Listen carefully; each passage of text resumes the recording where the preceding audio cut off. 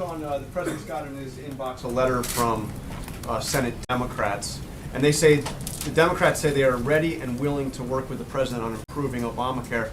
They just have a couple of conditions. First, the President has to abandon his effort to completely repeal the law and rescind the executive order. This letter is signed by the vast majority of the Democrats in the U.S. Senate. What does the President say? I think, as the President's noted, we're willing to engage with people. I think they understand his principles. We need to repeal the law and replace it with something better. I understand. But they're saying they want you to take full repeal off. I understand what they. I've seen parts of the letter, and I know that 40 of them saw that.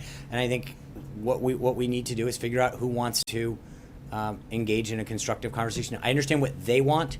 But again, it's not just a one-way street. I think the President has made very clear what he wants to do. And I think that to the extent that some of them want to have a conversation, we have a 52-seat majority in the Senate. If there are individuals in there that want to have a constructive conversation achieving the goals, we can do it. But I think they also need to understand the President's red lines. But they say as a first step they want him to repeal that executive order. Is that something he is willing to do? I think the President's committed to making sure that he continues to go down the path that he's gone down, and there are ways that if they want to join him, that they can. And I think there are some areas that they may want to engage with him on that we've seen so far. And so, look, I understand they have a right to put out a letter and draw their lines in the sand, but I think the President's committed to going down the path he is.